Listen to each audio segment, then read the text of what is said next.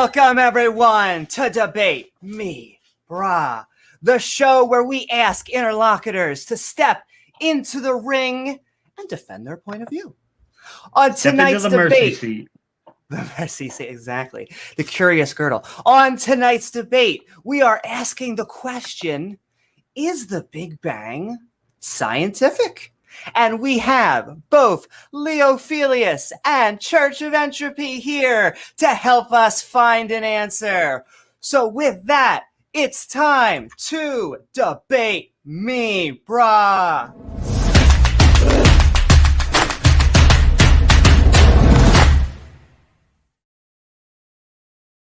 Ooh. Hello. All right, thanks guys for showing up. Thanks for coming to the debate.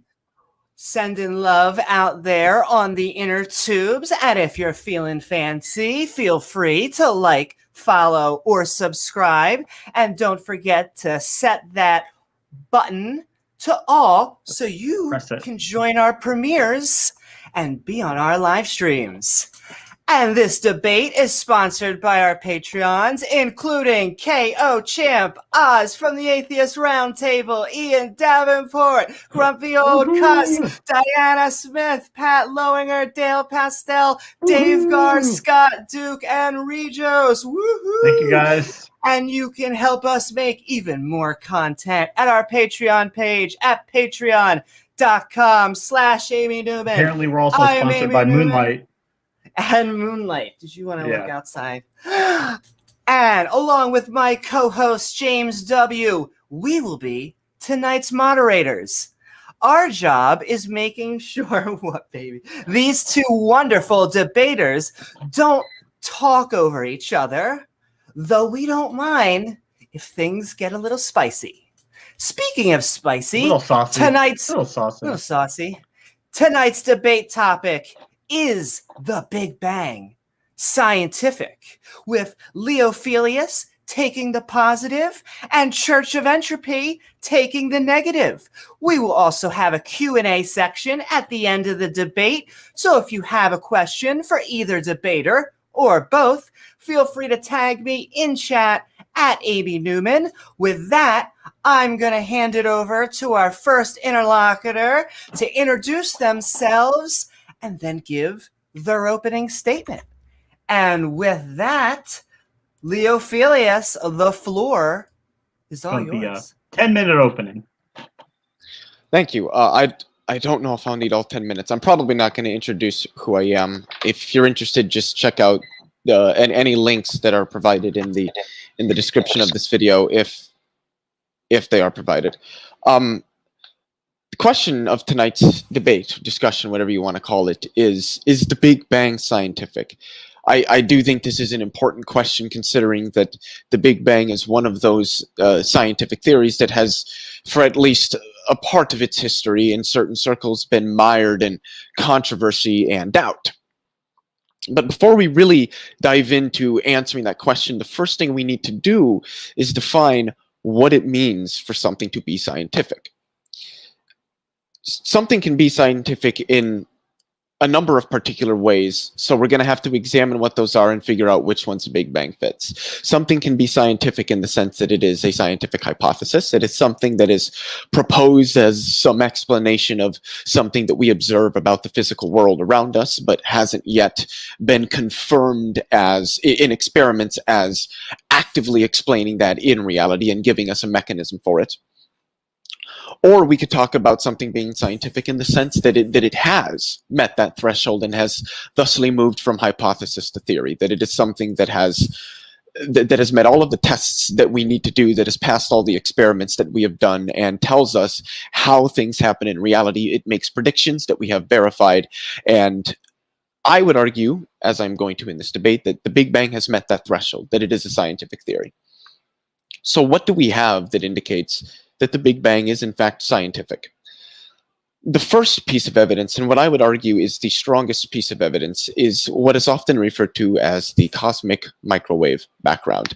This is a background radiation of electromagnetic radiation of photons, low energy photons, that permeates all of space-time near uniformly and at a near uniform temperature. the reason that this is very, very powerful evidence for the Big Bang is that there are very few ways to recreate. In fact, there aren't really any ways to recreate our universe with such a thermal, a black body background radiation without that universe having started in an initially very hot and very dense state. The reason for that is because in such a state, electromagnetic radiation will couple to matter. It will consistently scatter off of matter and will not be capable of traveling or free streaming through the vacuum of space. And due to this, you don't have radiation moving anywhere. But if a universe that is expanding on the average over its history and thereby is cooling down, at some point you would expect that that electromagnetic radiation would decouple from the matter and would begin to free stream through the vacuum of space, and that we would be able to detect that radiation today. And we have. That's exactly what the cosmic microwave background is. It is most literally the afterglow from the Big Bang. It is, I would argue, effectively proof that the universe was very early in its history in a very hot and very dense state where electromagnetic radiation was coupled to matter. And that is such a condition that we would expect something like that to occur in. So how do we know that the universe is expanding? Well, the primary piece of evidence for that is the observation that Edwin Hubble made called galactic redshift, that galaxies, the further away they are from us, the redder they appear. And this doesn't seem to be a result of the galaxies moving, because the redness, so to speak, is directly proportionate to their distance. This seems to indicate that the electromagnetic radiation, the light being emitted from these distant galaxies, is being stretched as it gets here, and thus the further away a galaxy is, the more that the wavelengths of light coming from it have been stretched, and that should be proportionate to the distance of that galaxy if the universe, if space-time itself, if the space between us and the galaxies is growing, and thus the observation confirms that space-time is expanding. Already, it seems that we have a very clear picture of, at least a rudimentary picture of the evolution of our universe. The third piece of evidence I'd like to bring up is the Friedmann solutions to Einstein's field equations. Einstein's field equations are a set of 10 coupled nonlinear partial differential equations which describe how massive objects behave in a space-time that can be stressed by the presence of mass or energy. No need to get into the details of those equations.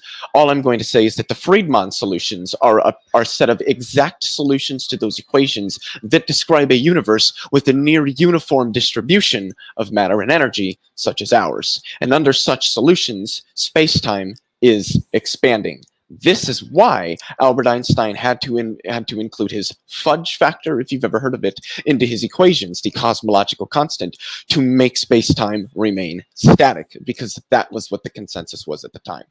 We now know, because of Edwin Hubble and George Lemaitre, that that is not the case. Space-time is indeed expanding, which confirms the Friedmann solutions to Einstein's field equations, and it also helps confirm why the CMB is observed.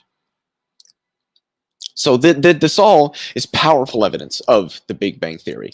Now, the thing is, the Big Bang Theory, and this is a very, very crucial point that needs to be made, because it's a point that I think is often missed on a lot of people, is that the Big Bang does not make any statements about the earliest moments of the absolute earliest moments of the universe's evolution, or the origin of the universe. All the hot Big Bang Theory tells us is that the universe, at some point in its past, was in a very hot, very dense state. It doesn't say anything about where that came from, why it came from there, or how. That is not what the Big Bang does. Secondly, we don't really use we still use the Big Bang Theory naturally, but it's not called that anymore because we've added so much to it. The standard model of cosmology, often referred to as the concordance model, is what's called the lambda CDM model. Lambda represents Einstein's famous cosmological constant, which was in fact reintroduced to account for the energy intrinsic to space-time that results in its accelerated expansion. And CDM stands for cold, dark matter, which accounts for the extra mass and the extra gravity that we observe in galaxies and in massive galactic structures and superstructures that we've dubbed observed thus far, dark matter. This is the concordance model. It doesn't make, much like the theory of evolution in biology, makes no statements about how life originated. It just tells us what life did from very, very early points after its origination to now. The Big Bang Theory, the lambda CDM, the concordance model does not tell us about the origin of the universe. It only tells us what happened as the universe evolved from about 10 to the negative 32nd seconds from onward after t equals 0. That's all it says. So the Big Bang is not a model of the origin of the universe. It's a model of how the universe has evolved from just shortly after, potentially, depending on how far back we can actually go, because we don't know that yet. It just tells us about what the universe was like very early on in its history up to now. And the model states that the universe was once very, very hot and very, very dense, as all mass energy was compressed into a very, very, very small volume. And from there, space-time expanded, carrying all of this with it, and cooled down such that radiation, electromagnetic radiation decoupled from matter, and large-scale structure due to general relativity and gravity began to form out of the material that permeated the whole of space-time reality at that point. And this is exactly what we observed. We have also observed that the abundance of hydrogen, I think the universe is still something like 70% hydrogen in terms of all baryonic mass. I might be wrong on that, but I think I heard it's 70% hydrogen still. The abundance of hydrogen is also explained by the Big Bang model. And this isn't even accounting for inflationary theory and all of the four main absolute primary observations that need to be explained by it, that all have been explained by it, that also give that the universe was in a very, very hot, very, very we're not really talking about inflationary theory, although I would argue it is relevant to some degree. We're talking about the Big Bang, and I would argue thusly that the Big Bang is indeed scientific. It was a hypothesis that was proposed. We derived logical conclusions from it. We tested reality with experiments to see if those conclusions, if we can observe them, to see if it has explicative power, if it can explain why we're looking at things the way that they are. And the fact of the matter is that it has met every single one of those tests. There were things that it couldn't explain that it now can. It has met every test that's been thrown at it. It is indicated and hinted by all of the physics we have surrounding cosmology and physics on the large scale. So I would argue, yes, the Big Bang, though some might not like it, is indeed scientific. Thank you, Leo. Thank you so much, Leophelius. And with that, we're going to hand it over to Church of Entropy so she can introduce herself and then give her opening statement. The floor is all yours. Hi, Amy, James, Leophelius. Thank you, everyone, for being here today. I'm just about to share my screen, if that's all right. I've got slides ready to go here. Yeah. Appreciate being welcomed on this channel today and for a chance to defend my position. Is it up there? All right, looks yes, great. Yes, ma'am. It's up. All right, so the Oxford languages. Anyway, sorry, not to jump right into it too quick or anything, but yeah, I'm Jen. Church of Entropy, got a blog and a YouTube channel, and talk about science and consciousness and theology, philosophy, whatever else strikes our fancy. I'll jump into my defense against the Big Bang being scientific. Oxford Languages defines science as the pursuit and application of knowledge and understanding of the natural and social world following a systematic methodology based on evidence. You see here I have a list.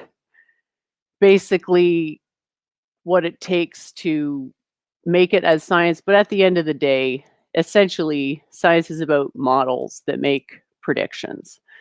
So the first thing we want to look at when we're talking about the Big Bang is what it consists of. So some people will try to say that it doesn't actually include a singularity.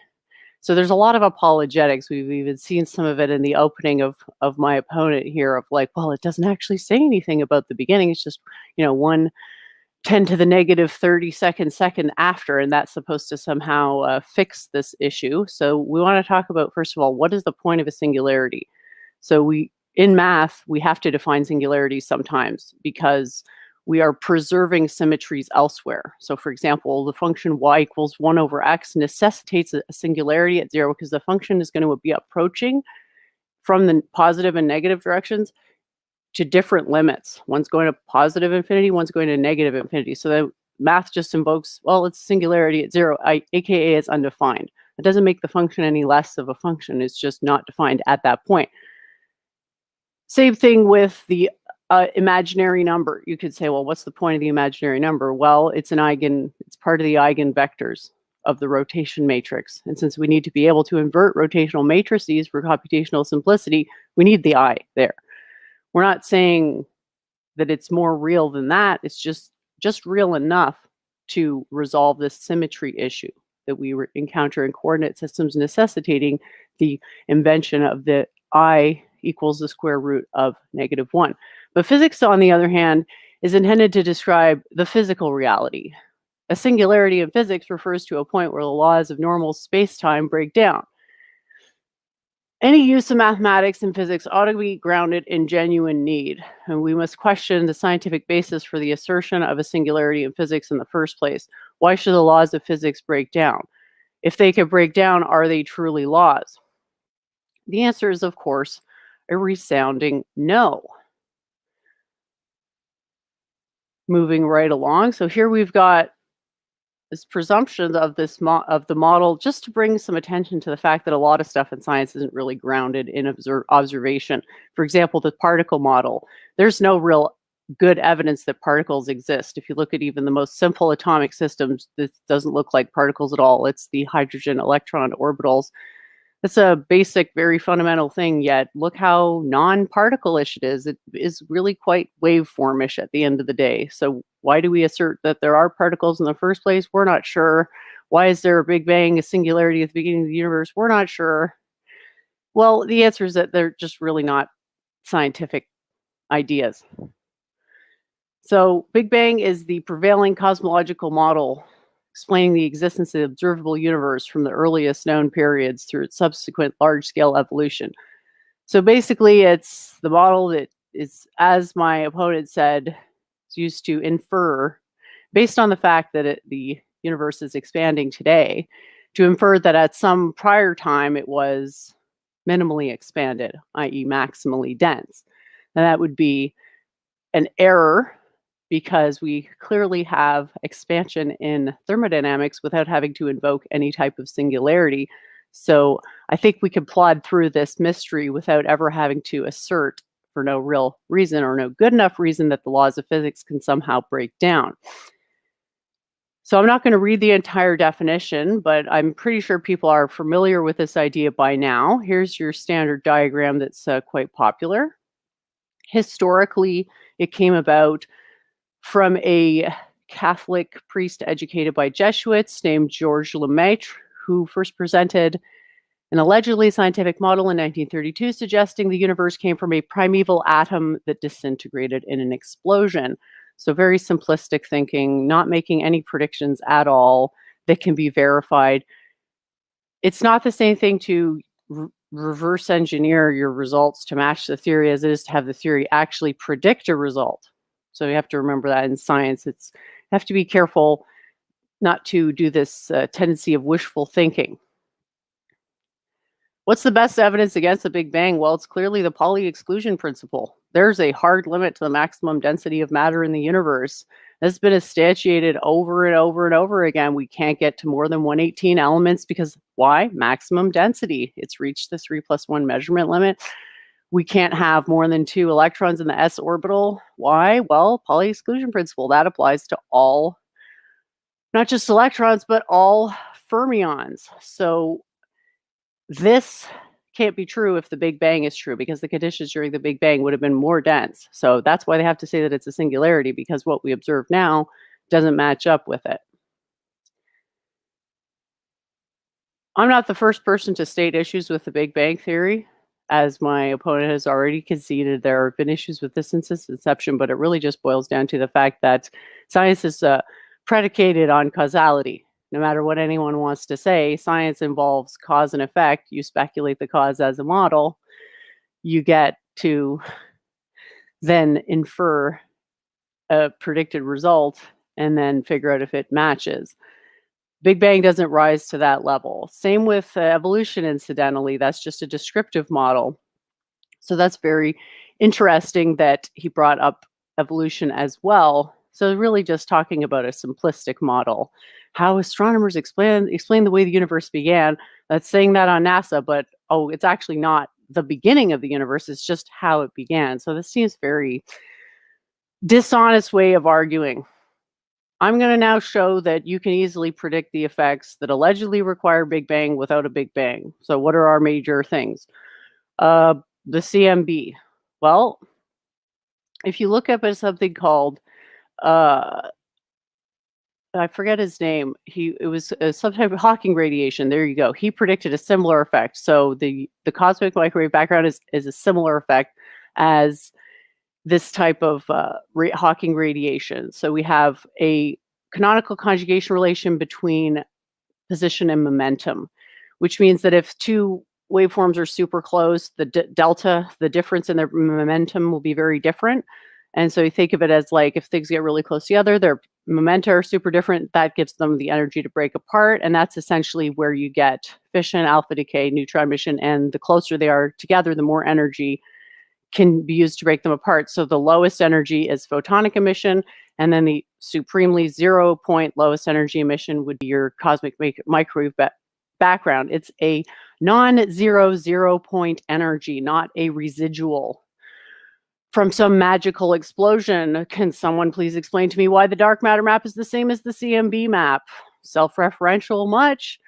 How do we have the other two tough to predict things, which are redshifting, not just redshifting, but the farther something is away from us, the faster it's going. That's not predicted by Big Bang at all. Also, faster than light recession speed, that would appear to mean that something to do with coordinate systems in general relativity, that we're not in the uniform coordinate system, which would seem to be suggested by Big Bang, since it was one event alone.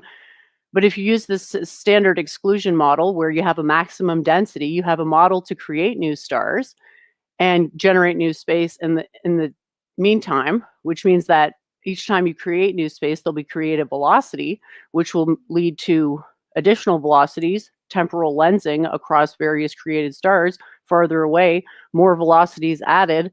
That's what explains it. Big Bang can't predict why there are 100 nearby galaxies that are blue shifted, but my model predicts that no problem. In the close proximity, it would just be randomized velocity, but as you get farther, there's more space. The net velocity vector is moving away. All right, so I think I'm coming to the end of all my time here, and I guess let's just check here. How much you're time? Right there.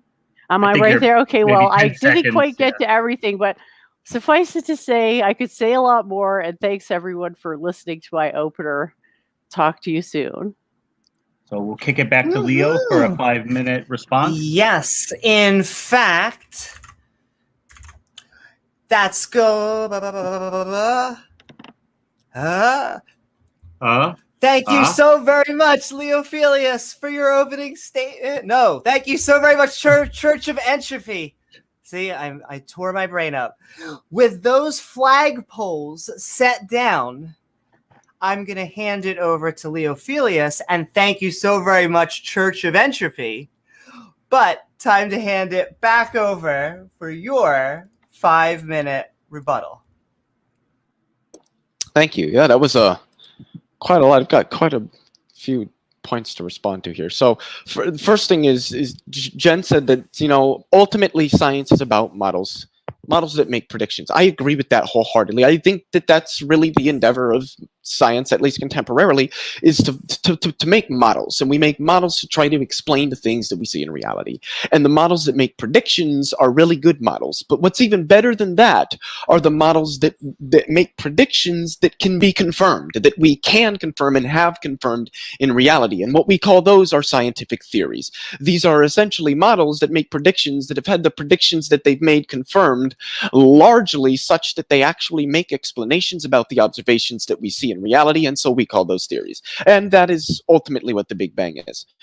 She also mentioned singularities. The Big Bang initially predicted a singularity because of general relativity and the fact that at a certain point the functions within general relativity tend toward infinity, i.e. they become singularities. As Jen said, these are mathematical objects. They are not actually physical objects that exist in reality. Nothing is actually in a singularity. When we get singularities, what this ultimately means is that the physics that we're using to describe the system cannot be carried past this particular point in describing or explicating what the system can do or is doing without some form of modification. And this is what we would call a quantum theory of gravity, which we don't yet have. If you go to any institution and ask any astrophysicist or cosmology whether there is a literal point of infinite density and zero volume, they'd say no.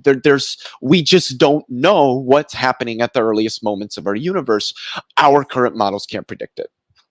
Now, particles do exist, but they're not entirely relevant to the discussion. I just want to mention briefly that we have quantum field theory, and we know that what particles are essentially localized perturbations in these fields that are above what the general expectation value of the field is. But that's not entirely relevant to the discussion, so I'm not going to really explicate it any further.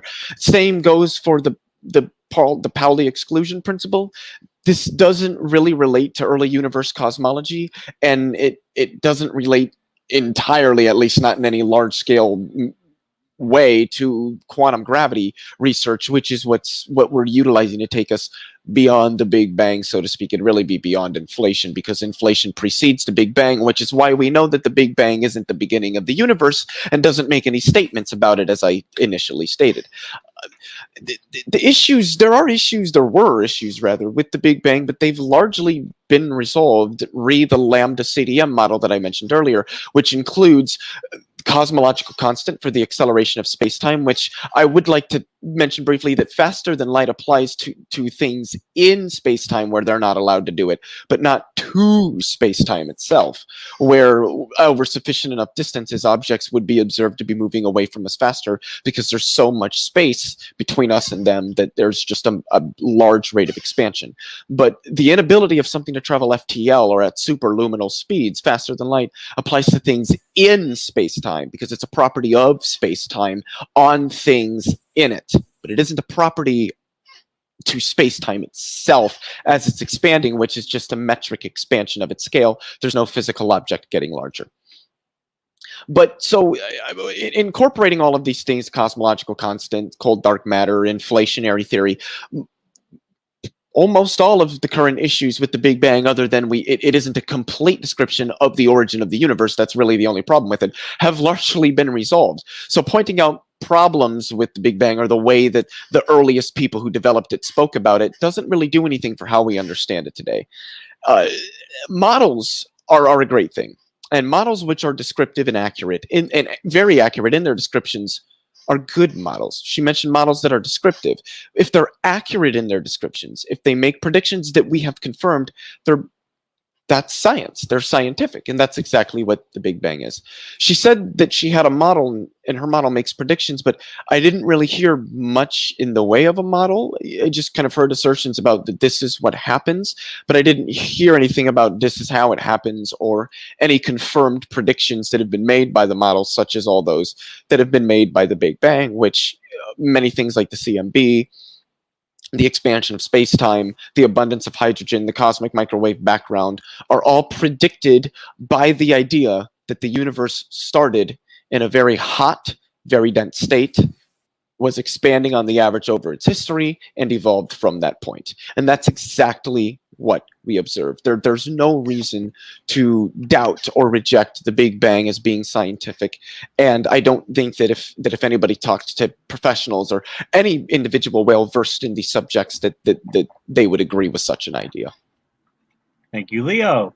Woohoo! Thank you so very much, Leophelius, for your rebuttal. And with that, we're going to hand it over to Jen for her 5-minute rebuttal. Awesome. Yeah, thanks. I didn't get the chance to get to all my points and show how it's a model that makes predictions. It predicts the results we already see, and there's no need to invoke a singularity. Singularity would be a violation of the least action principle, which is a principle of physics law, never been observed to be not operating. We should always be very suspicious when people expect us to suspend our disbelief for things that are required for belief, things like causality.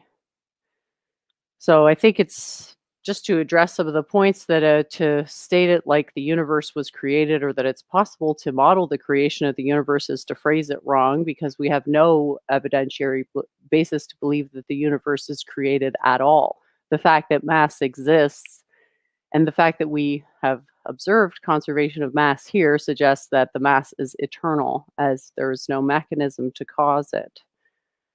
A 0-point energy, which is the lowest possible energy of a system, we have tons of evidence of systems with a non-zero 0-point energy. So observing a non-zero CMB value is predicted if you understand already that the 0-point energy of all other systems that we've ever found is non-zero.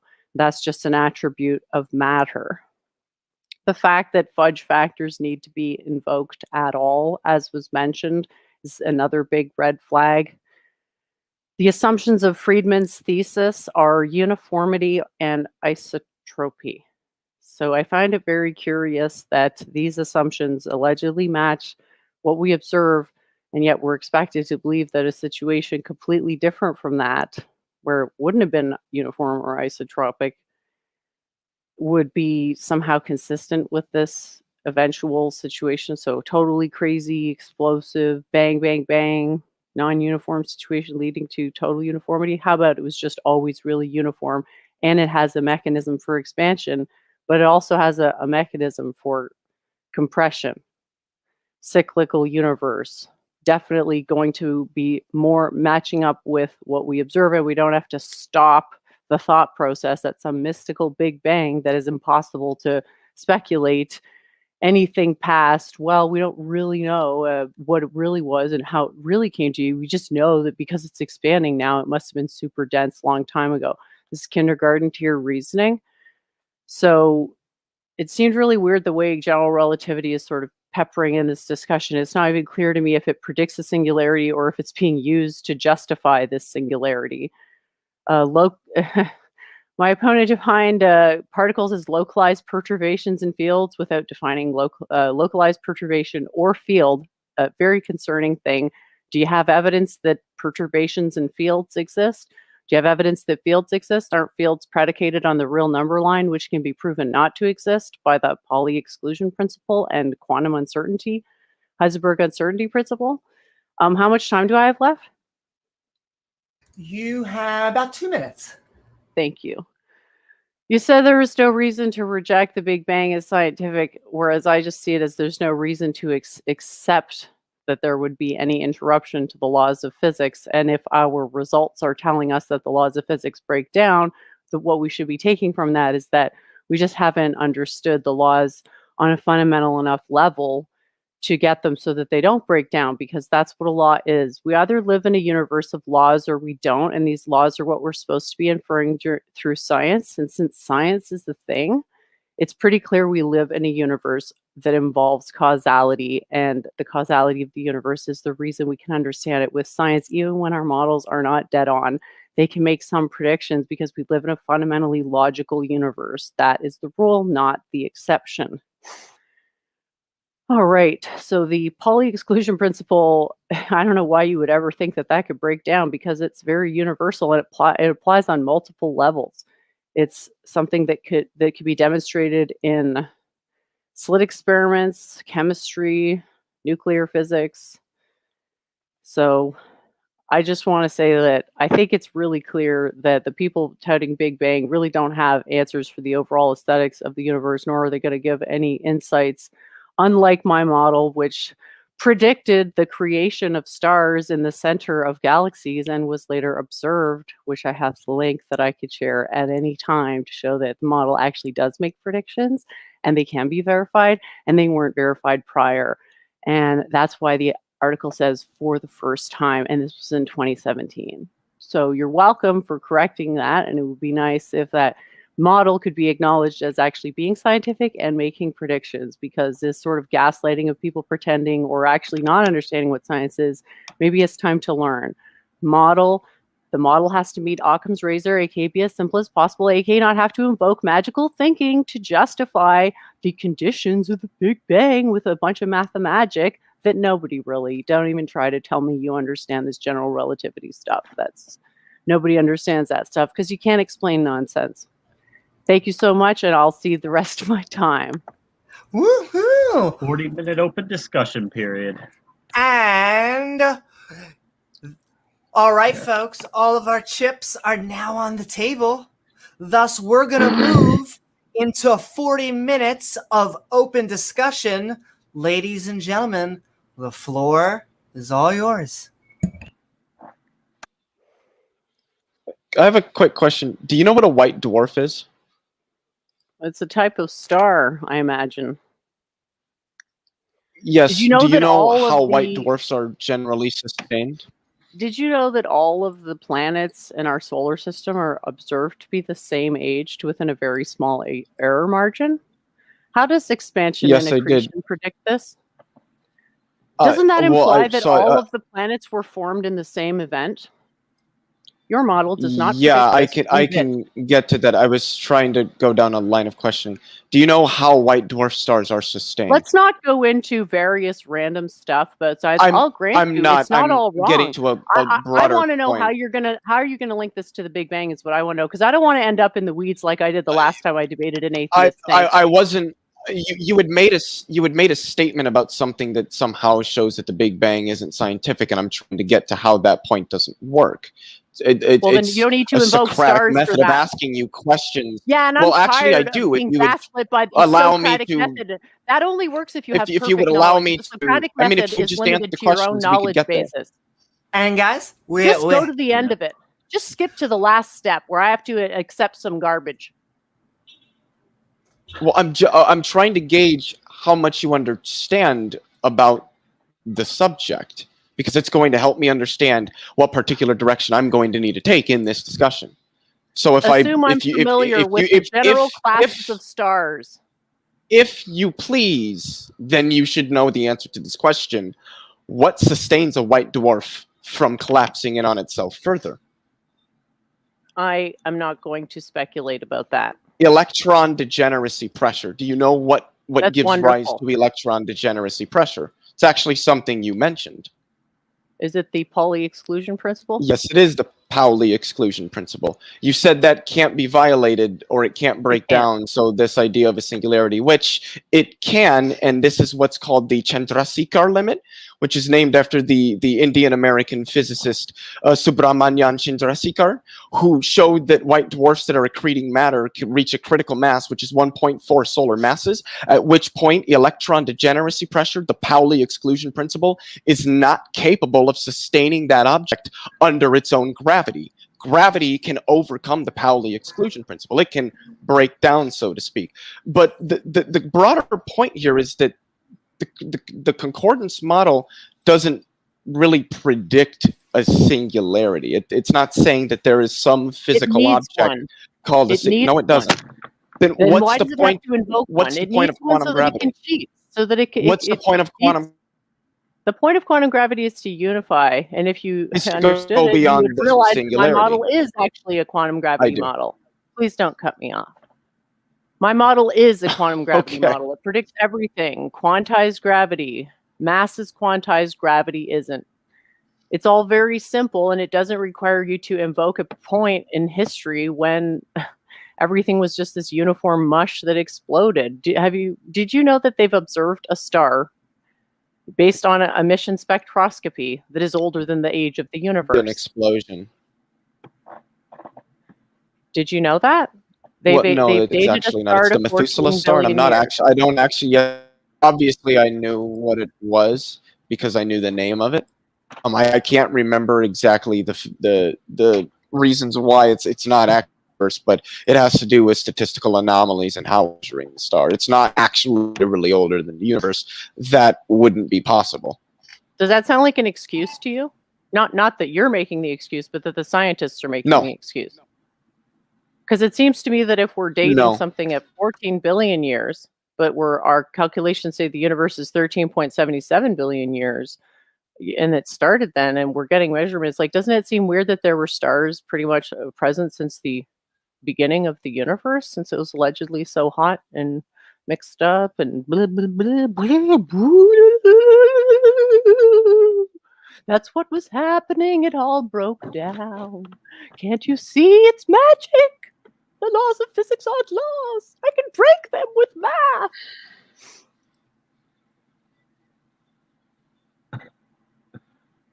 Do you really Okay, think so that you can yeah, split the everything just singularity cut into out for me science for and that like no one's 10 going to notice? seconds. Oh, well, welcome back. But It's okay. like I You did- said, the Methuselah star is not actually older than or as old as the universe. Says you, but it's dated as being Well, no, older. says the scientists. They 750 said that million years older. utilizing traditional methods, this star appears to be older than the universe. But and I can't remember off the top of my head why it's not, but I know it's not because the professionals are saying it. And given that I'm not a Oh. professional, I can trust their word. Well, shouldn't you be trusting your own judgment of logical assertions so that you don't end up in a situation How like can this? I trust my judgment on something I don't understand well enough to be able to accurately make judgments on? Well, you can go with your best guess, as in, does it make sense that the laws of physics could break down? Well, if they can break down, are they laws? No. So that doesn't make sense. So anything involving a singularity is just Wait, not under the domain. It's not under the purview of science. What do you think is meant when we say so, like a physical law or a scientific law? What do you think is meant by that?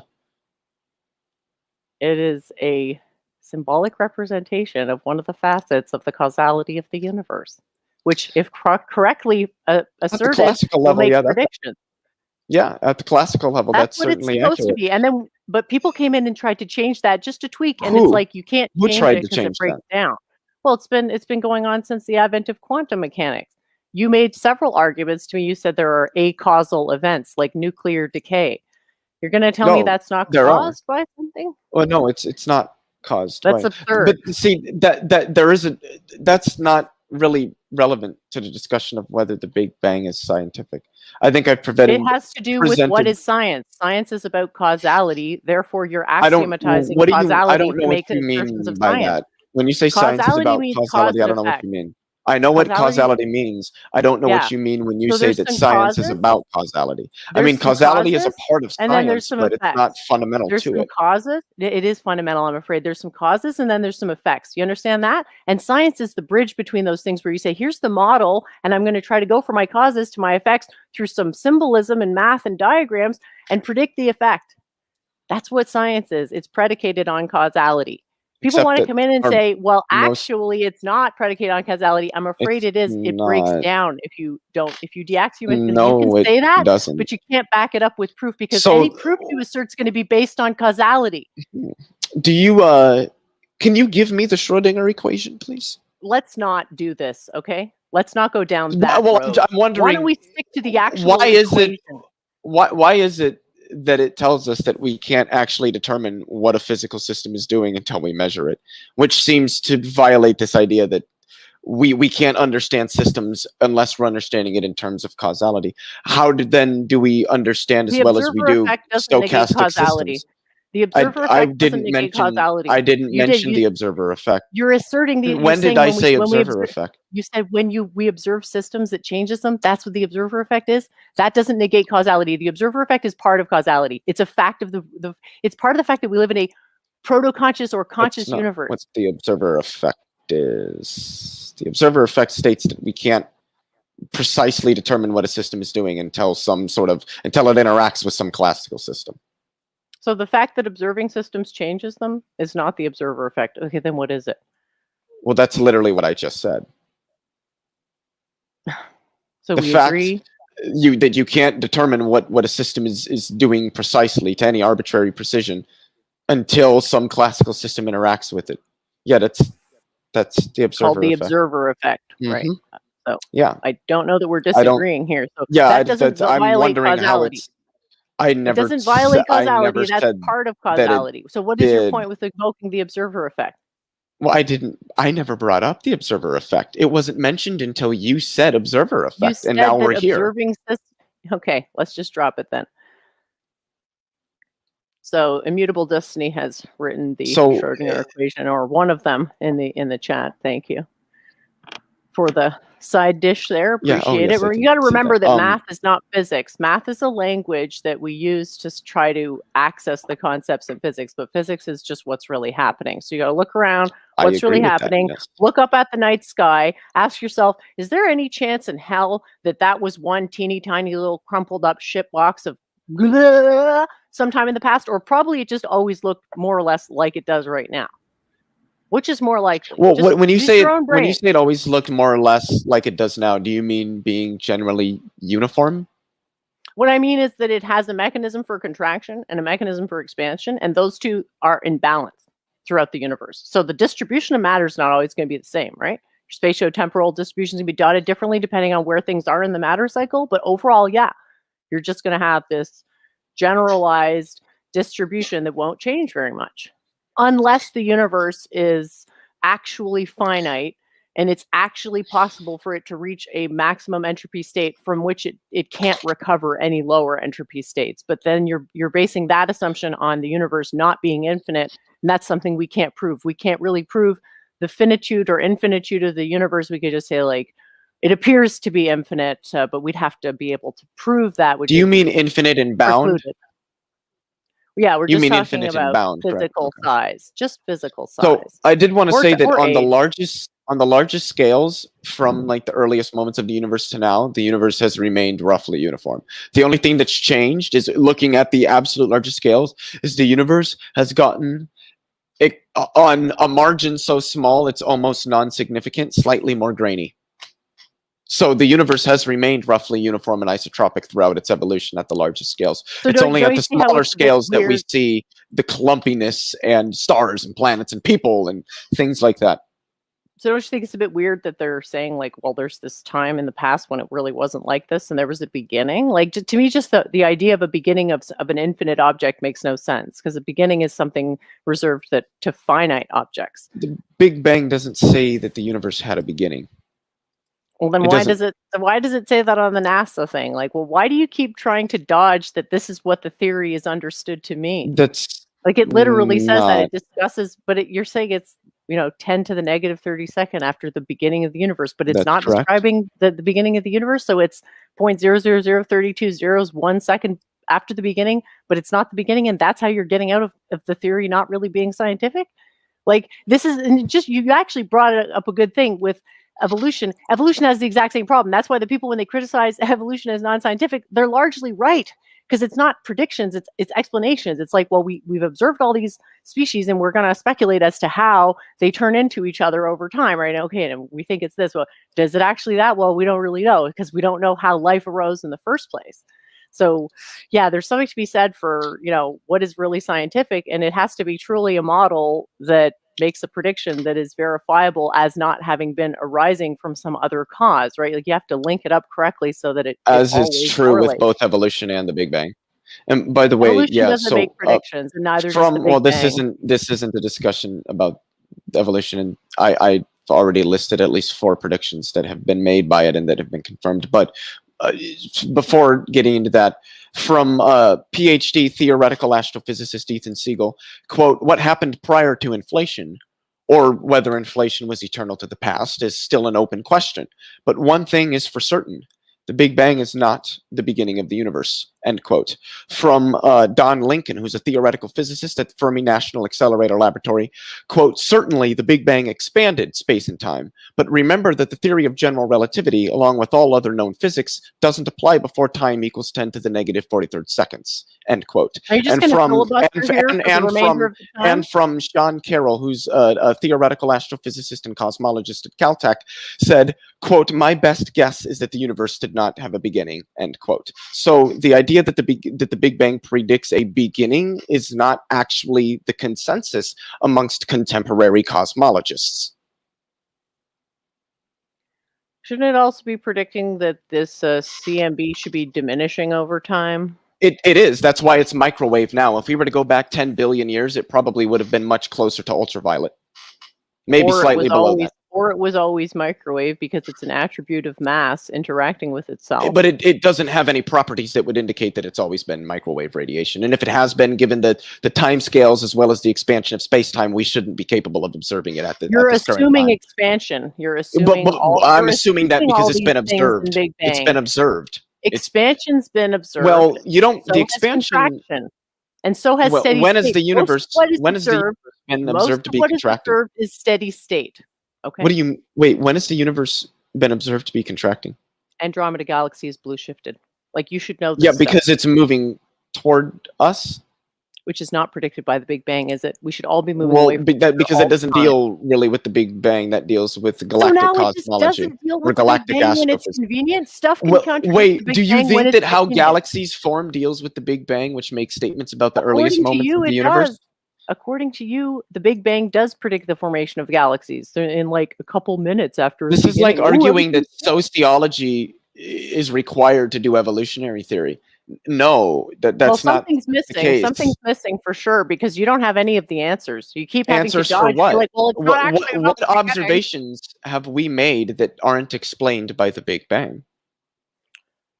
Stars being formed in the middle of galaxies, for example, which Well, but proves stars can be formed. And my model predicts that. See, the thing is, my model predicts everything we Big Bang see, cosmology. plus That's not more. early universe So cosmology, though. shouldn't you adopt a model that makes all the predictions most simply, rather than having to invoke magical thinking of some beginning? Doesn't it concern you that you're using the essentially same metaphysics as the Christians? Have the Christians ever been right about science? I mean, they're the ones What arguing does that about have to do with creationism and anything? biology. A Christian developed the Big Bang theory. I don't really That does matter, care. I'm afraid. Well, I then, don't if you're think it being does. naive, and you're going to end up being tricked if you. Well, how does naivety play into this? Because the circumstances in which ideas arise has a lot to do with the ideas themselves. And if you don't acknowledge that, you're going to be blind to the reality that Big Bang is simply not scientific. How so? I'm not understanding. Because it is hinging on a singularity. Science is No, predicated on no. causality. Okay, I don't Do we think need to go to that's Wikipedia true. so that I can Why- then read why from is it then- Wikipedia to tell you that why it is it- necessitates a singularity? Why is a singularity? The Big Bang originally didn't predict a singularity until general relativity was put into So what's the wrong with equation. an uncreated universe model then? Okay. Tell me what's wrong with an uncreated universe model. I know that everybody that knows me in the chat is laughing their ass off I right want to now know because I'm a because you're so good at naturalist and I have science, because you're so consistently. good at science, Do you want me to allegedly, answer I want your to know question? scientifically what's wrong with an uncreated universe. As I was trying to answer your question, I'm a naturalist. I believe that the universe is bounded at one end and exists tenselessly, that it is uncreated.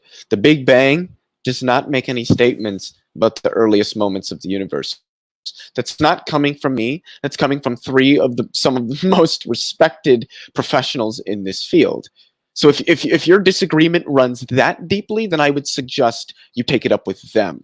I am here to defend the concordance model. I am here to defend how the concordance model comports with the methodologies that we utilize in science. And I think that I have done a fair job at doing that. I don't, however, think that you have done a very sufficient job of showing me how the Big Bang doesn't make predictions when every prediction that it's made has been observed. Notice how he dodged my question. Those aren't predictions, I'm afraid. Those are rationalizations. Cosmic microwave background, expansion of space-time, the abundance of hydrogen. Did you know, logically, that if you invoke a Isotropy of singularity... space-time, homogeneity. Can you stop now? Or I'm I going to thought you wanted the I'm gonna predictions ask made by Amy. the Big Bang. Those aren't predictions. Yep. Those are justifications for the Big Bang. Those are I'm things that are actually- invoked to justify the Big Predictions are predictions, if confirmed, become justifications. So yes, they are justifications. Bang. This is just basic. This is basic philosophy Go of ahead, science. Amy. Were you going to If- say something? Well, no, I'm liking the back and forth, even when it's getting spicy, as we were saying. But just we're gonna keep on sending hearts and promoting each other talking, and I'm gonna send you right back in. So I noticed my opponent did not want to address my question, so I will restate it. What is unscientific about an uncreated universe? Please address the question. I already said that there isn't anything unscientific about it. I So what is think that simpler? What is most simpler, an cosmologists at uncreated the end of the universe? day, I I want to think know most what's cosmologists at simpler. the end of the day would probably say that the universe is uncreated. What's simpler, a model that accords with science we can validate here on Earth in an uncreated universe, or having to invoke magical thinking and a singularity? Which one of those is simpler? Oh, certainly the former, which is what I'm defending. You are defending a singularity. No. Do we need to go on Wikipedia to look up and confirm that I'm right and that the Big Bang does require a singularity, or are you going to grant me it that? doesn't require a It singularity. does absolutely require a singularity because the laws when of you physics say break okay, down. I don't That is know. what I'm so causes confused. the singularity. I don't know what you. I guess I don't know what you mean when you're thinking And of you a don't know singularity. you don't know the position you're defending then, because I literally looked this up. Well, on no, I know the Wikipedia, position I'm second defending. It's the paragraph. concordance model. If it invokes the Big Bang, it's invoking a singularity. That is a very No. high energy. Okay. See, we're not even like we're not even agreeing on basic ideas here. Does the Big Bang necessitate a singularity? Necessitate? No. Prove it. Initially, because it initially predicts it because of general relativity. It doesn't. It's the same. It's the singularity. same. That doesn't make any sense. How could you predict a singularity? How could you use the laws of causality to predict that causality is going to break down? I don't know what that means. Singularities are not How could you, predicted like, just well, at the that's early. very In fact, simple. That's singularities very weren't simple. first predicted at the early universe. They were predicted in black holes as a result of general relativity, which, when applied at a cosmological level, yielded a singularity at the early universe.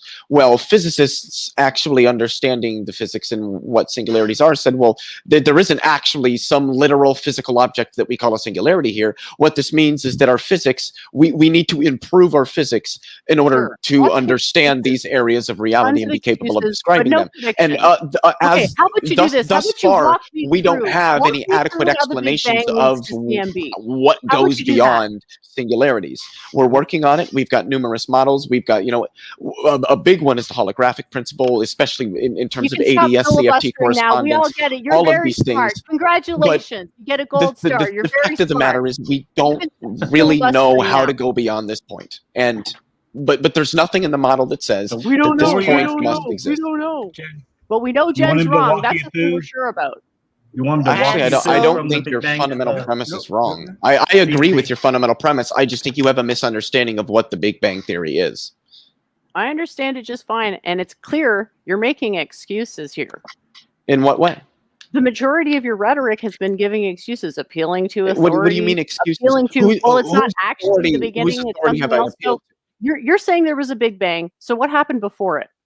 We don't know. We don't know. Well, Why? actually, no. Inflation preceded the Big Bang. We just don't know how far inflation goes back. And So you don't part know of that much. is because of inflation. It sort of like took all the information and threw it everywhere, and we don't really know how to find the pieces of it, put it back together to know how this occurred. We've got some pretty good ideas, primarily from particle physics. Alan would Guth you and the work that he's done, but we don't really know. Right. You don't know. Would Prior you to like 10 to to know? the negative Wouldn't it be 32nd nice or to 10 know? to the negative 36 seconds, Wouldn't it be nice we don't to know. know? Oh, it Wouldn't it be would, nice and to know? that's Like, why do you we're realize working on it. you're invoking? That's why we're like, working on it. you're- Well, but no, you're I not going in haven't the right actually direction. mentioned Planck time myself. I did in a 10 reference to to the a negative quote that Don 32 is Lincoln Planck said. time. Well, 10 I to the haven't. negative 32 is Planck time. Well, no, 10 to the negative 43rd seconds is Planck time. I haven't actually mentioned that except in a fleeting quote from Don Lincoln, who mentioned it. I don't think there isn't a reason to invoke that because we can't even get back that far. About 10 to the negative 32nd, 10 to the negative 33rd seconds is where we can go. We know You're that that's assuming about where it's taking inflation ended. That's about, well, no, that's just looking at the observations that we make in everything and how it concords with our observations. That's about as far back as we can go. We know this is roughly where inflation ended. We're pretty goddamn sure that inflation happened. Then the universe slowly evolved from there. How this originated, whether it was a singularity or not, it most likely wasn't. Ask any theoretical astrophysicist or cosmologist, will tell you that there was probably not a singularity. So this idea that isn't the case. It was predicted by the equations of general relativity breaking down, but it isn't necessary to the model. It is absolutely necessary. Anyone can look this up. You need to invoke In what way? singularity because you need to cheat at the laws of physics. Because why is it necessary? Can you let necessary? me finish? Tell me, Can you explain why it's necessary. You are being extremely rude to interrupt me. Like This is you've extremely let distracting. me finish. Stop. Just stop. So we're gonna let You each have been person finish their filibustering. statement. It is distracting. So Leo just finished his statement, and so we're gonna hand it over to Jen, and then we'll go back and forth. I've lost the trail of what we're talking about. you're invoking something that wasn't there and then started to be there. You're saying No. we don't know Not what at all. happens before this point. So there's no way to access what happened before the singularity. He had mentioned inflation. Inflation happened, I think, was where he Prior was to the going with Big that. Bang, yes. Inflation Expansion, technically right, precedes so- the Big Bang. How do you prove that? You can't, because it's a singularity. You can't prove anything prior to a singularity. No, there is. You I don't keep know saying how there's many no times I have to singularity. say this. Should we pull up There Wikipedia to look up isn't. to confirm that it necessitates a singularity? Wikipedia. It a source. necessitates a singularity. Wikipedia isn't Why a else? source. Why do the laws? Oh, so, okay. This is ridiculous. Wikipedia is just fine for mainstream science. No, citations. I'm not. You'll I get did not say corrected if you're Wikipedia was wrong. inaccurate. I said it's not a source. It cites sources. It's a Let's not database get of into information that Because cites you know sources. you're wrong. but it You isn't know you're itself talking a out of both source. sides of your mouth. What am You're I wrong talking out on? of both sides of your mouth. On the Can you one tell me hand, what I'm wrong on? you're saying we know all this stuff about the early stages of the universe, but we don't know anything before that, and there's absolutely no chance that these interpretations are wrong. You're Even though I told literally- you literally cannot predict blue shifting or FTL acceleration of the distant. You literally said before that the reason why there was FTL recession of distant galaxies was because they were so far away, as though distance somehow magically makes things go faster. That sounds In an crazy. expanding space-time, yes, that would be true. Yes, so we've measured it. Oh, we sure, have to you've measured actively it. account for it in And- our and you- equations, or they don't I work. can account for it using simply quantum state exclusion. I Okay, don't know what that I means. just use the uncertainty principle to say that there's a maximum density. Do you accept that there's a maximum density of In the matter? universe? Well, there's a maximum like energy level, 10 to the Doesn't 32nd. Pauli exclusion 10 to the principle 32nd. predict that? So Doesn't the Pauli exclusion predict a maximum density per attributes of the state? to answer your question, there's a maximum energy level in the universe. Not a maximum density. That Are would you telling me be. that the Pauli exclusion principle Are you going to doesn't let me predict answer your maximum density? question? I just want to know if you're confirming that it doesn't predict that. I'm 'cause it trying. I'm trying to answer your question, and every time I go to answer it, you interrupt me to reiterate the same question I'm trying to answer. There is a maximum energy level in the universe that is 10 to the 32nd degrees Kelvin. Answer the say question. degrees. 10 to the 10 Don't to the don't 32nd. filibuster on a question I didn't ask. Is there a 10 maximum density in the universe or not? 10 to the 32nd so funny. Kelvin. Losing a debate is so funny. we is there Hilarious. what would be the maximum volume you could contain this in? I don't know if we can that. Do you know what density is? That's the volume. lowest Do you know what volume density that we could the lowest volume that we could attain would be the Planck volume. 10 Can you to answer the the I believe question? it's 10 to the negative 99th meters cubed. Simple question. And the Is there a lowest mass, I maximum believe, is the density Planck or not? mass. I Oh don't my know God. how This much, guy's how broken what the record. ratio He's is for not the answering my question because smallest he doesn't actually density. understand I what don't it is know I'm if that's saying. been He's measured. roboting a little bit. I'm trying to answer the question, and I'm not being allowed to. Oh no. So we're going to give it to Leophelius so he can answer the question, and we're going to Is throw you there a right back. maximum density? Is Thank there a you maximum very much. density? Thank you Yeah. very much for That was the reiterating question. that. Thank you. Is there a maximum density?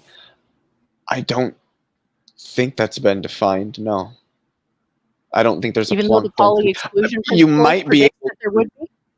It Let doesn't. Like, him do you even answer. understand what a prediction is? If the Pauli exclusion principle is true, okay, Yeah. that means there's maximum density, okay, because it corresponds to the one where all the quantum states are filled. Do you understand that? Is that too hard for you? It does predict the Which maximum density can be overcome. per qualities of the state. Which can be overcome. It's not really a Oh, it maximum. can be overcome by what? density. Wishful thinking and math and magic? Give me a break. It can be overcome. That's not any No, type gravity. of answer. Give me science. Yes, by gravity. Give me I already causality. answered this question. I already So answered. you're not sure if just there's a repeating maximum things density. everybody That's your answer. Your answer is you're not sure. Is that it? You're not sure. Yeah, think no, he's- think yeah, he's, that's my answer. action. I Your answer is personally, you're not sure. Well, would you like to be sure? Because I invite you to embrace causality as fundamental to science, because then maybe you will be sure and you won't be so unsure in these debates, because it feels really good to be sure about things because you can just relax back. I recline on the am couch of sure. certainty. You're sure that you're I not am sure, sure so you don't about really know. that's You're sure no, I that am you're sure. not sure that there's a maximum density in the universe. Wow, that's Holy shit. Wait, hold on. What are you I sure am of, Leo? sure that the Go Big ahead. Bang, I am sure that okay. the You're Big sure. Bang is Oh, Big scientific. Bang will save me from As being as a I think misfit. La, la, la, la, la. Good job. done Good job. You're a definitely not a substantial midget job for of falling into the defending. Big Bang trap. Good job. I don't know what that You're means. saved. Just have a little bit of the I Kool-Aid. did have a You'll question be for you though. saved. The Big Bang necessitates a singularity. Can you tell me what necessity is? And then it's like part of the fundamental definition type thing, as in you I don't can't know have what a that Big means. Bang without a singularity. Okay, come on now. You Yeah, don't know but if what it's necessary, what you don't when you know, say okay, that, well, what do let's you go mean? back to grade school and maybe learn what these individual words mean, and then you No, can join the debate. I know what the word means in different contexts, and I'm trying to understand what you mean by it. Can you tell me what you mean when you say necessity? What do you mean? Integral facet. Thing that without it wouldn't work. So are you saying that in all possible worlds it could not fail? So if some property was necessitated in an object, it would be a property that cannot fail to obtain in that object in any possible world. That's what you're saying. Okay, Plato. Just calm down. I don't. This is not an answer. Assume I'm using the You standard consistently definition, bitch okay? about me not answering your questions. You did not answer my question. Are you Why are saying we off something in like the that? weeds, hair splitting about the definition of necessary? Because you know what I'm it means. trying to show you how you're wrong. You're trying to do squirm know. out of the Yes, fact I that know what it means. necessity is breaking the I know laws what of it physics. means Okay, I in a broke the variety of laws, different but I'm going to try to contexts. cover it up. It's I'm actually causal. I'm trying to understand what you mean by it, and you're making it very hard because you're not telling me. Singularity is part of the definition. It's part of the definition. So are you saying that a part of singular when you say it's part of the definition. definition, are you saying that it's analytically contained in the Big Bang? Because that would be false. There's no Big Bang. Because with a when it seems singularity. to me that I'd you're like saying to that the move Big on. Bang, it seems to me that you're saying that by the Big Bang by definition includes a singularity, It which would be to does. say that the concept of a singularity is analytically or intrinsically contained within the Big Bang, and it's not. I don't know There if are- I go that far because then you're assuming Well, it's unique to that. then the statement that you're making would be false. Okay, let's not go into some crazy word salad that nobody What in do the you mean by audience word knows what the salad? hell you're talking about. The question is, do you need a singularity for the Big Bang? And the answer No, is you don't. yes. You can look it up on So Wikipedia. you are. You want to So say you no. are saying. You are saying You want to say that no. the concept of a singularity is analytically contained I find it within funny the Big that Bang, you want to even though you like, just said that you wouldn't take it that far. I'm so confused. I wouldn't uniquely what you're attribute it trying to a to Big say. Bang. You're trying to say that What I'm do you uniquely mean by attributing a singularity. uniquely? I don't know what you As mean when in you say only the uniquely. Big Bang has a No, singularity. that's No, not I'm at not all what saying I'm. that. That's Can we move on to something that isn't totally irrelevant Bang to the could subject be at intrinsic hand? to many things. If you were actually scientific, I'm just trying to you'd be understand what you laying mean. your predictions on me. You'd be saying, this is how it starts, and this is how you get, I did. without having to invoke any magical did. thinking. Your whole thing is predicated on I magical did exactly thinking. that. Okay, No, well, I don't know what that I means. don't think I don't know anybody what that agrees with means. Oh, except for the consensus of cosmologists who would also defend the same model that I have been, the concordance model. A less than 100-year-old model that's just propaganda. Congratulations, you What do took you the bait. what do you mean when you say it's propaganda? As in church propaganda. You're unfamiliar with By this what concept, church? I The see. church, By the what Lambda church? CDM model was developed by Are you secular aware of the fact that scientists. Christianity was forced onto Europeans under threat of death and persecuted them for hundreds What? of years? Are you Okay, aware of this that isn't a history? debate. Because This maybe is that not has a something to debate do about with it. antiquities. This is not a debate about history. Where This is a debate ideas about arise from matters. moderators. Why did nobody have any idea of the Big Bang prior to 1932? How come nobody thought about it? Were they just so dumb before They did. 1932 they never thought of I it? mean, they Me Brah. kind of had that idea in 1927 when Edwin Hubble originally made his observation What of the took them expansion so of long? space-time. What took What them took him so long? We didn't have the technology prior to that to make those observations. And then when we got the technology, an observation was made that was very weird and that did not fit in with what we currently understood. And that was that, and that. You I'm sorry. immediately went to a Jesuit priest to get a Sorry. model that matches Sorry. the Bible and cosmological Excuse me. creationism. All right. Excuse me, I was All right. speaking. You were Let him filibustering? finish. I know. I was Excuse me. tired of you Excuse me. talking over me the entire time. Excuse You me. need to Well, keep your guys, comments a little guys, shorter. Hello? Hello? We're gonna Hello, I'm gonna hello. filibuster both. Can you stop filibustering, Hello? please? Hello. Mute him, Amy. Mute And him. well, no. So No. I'm trying to remember who was the last one talking. I was and Leo trying was to trying to explain answer a something. question, but I think Leo she thought it was going on for a while. Is but so we'll let him Leo's finish. And it going wasn't. to finish his statement, and then we're going to Right. hand it back to Jen because we heart both of you. So Leo, floor is yours. So we didn't. There was a point where we didn't have the technology to really peer out into the universe beyond and some arbitrary point, which wasn't really far beyond our galaxy. And once we got that capability, we could look quite far. We could look, well, quite frankly, tens of millions of light years and pushing hundreds of millions of light years. And it wasn't until we could do that that the observations made that, hey, we look out and the further we go, the redder galaxies get. Well, if their redness is proportionate to their distance, and I already said this, but if their redness is proportionate to their distance, that doesn't mean that the galaxies are moving away from us. That means that the distance between us and the galaxies is growing. The more space you have between us and the galaxies, the more space there is to expand, and the faster that it will expand. I actually have, I have something that, give me a second here, I think. I don't know if I've still got it up there. But I have a rubber band with lines drawn on it. That if I pull the rubber band apart, the lines that are furthest away will move away from each other faster than the lines that are closer together. The reason for that is there's more rubber band between them to be stretched, so they will stretch more.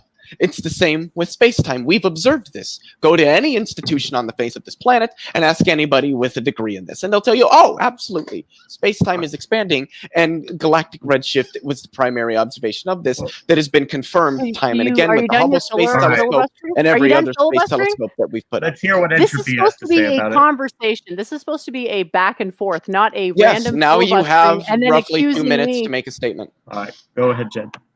It was supposed to be a back and forth, so I'm ready for a back and forth. So if you could clip your little Go ahead. rambles of word salad and Go not ahead. cut me Why off. are you not Not rebutting? cut me off, including this. Don't cut me off. You're now. complaining about Just rebutting, stop. but you're not All right, rebutting. let her Can go. you Let her stop? go. Just Let her stop. go.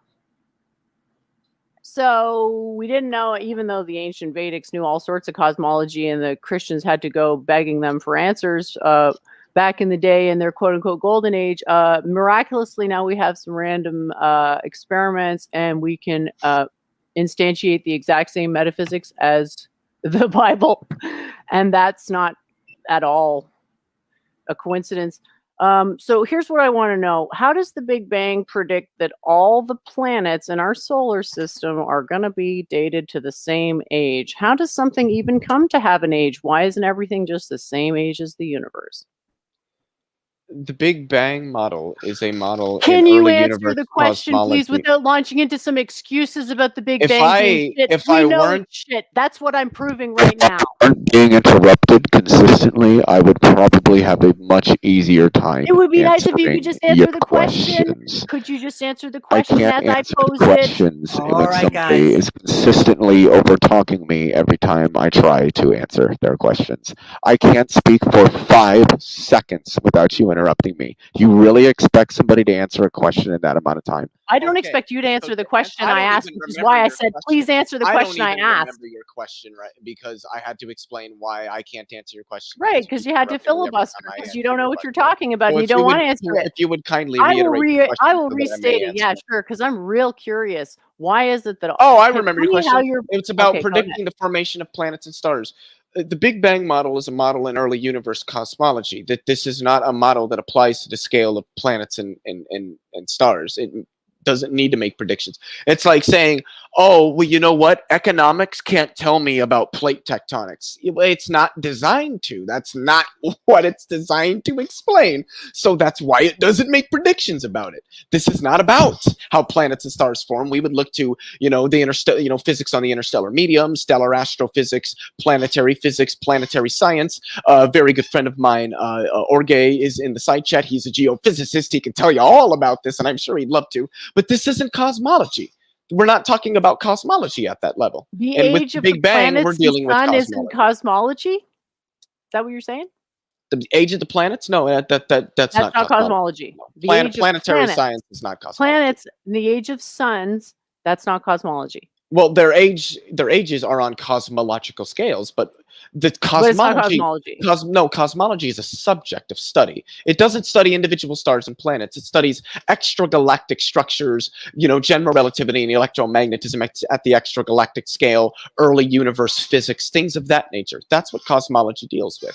If you don't believe me, I would be glad to cite from actual universities on this. Well, I have an issue here with there existing different ages in the universe that we can infer through emission spectroscopy, yet the Big Bang seems to suggest that there was a beginning, so shouldn't all matter be the exact same age in the universe? And if not, what accounts for the different ages? Because I'd love to know. From physics.harvard.edu on their course Physics 212 Cosmology, taught by Cora Dvorkin. If you don't know her, she's renowned in the field.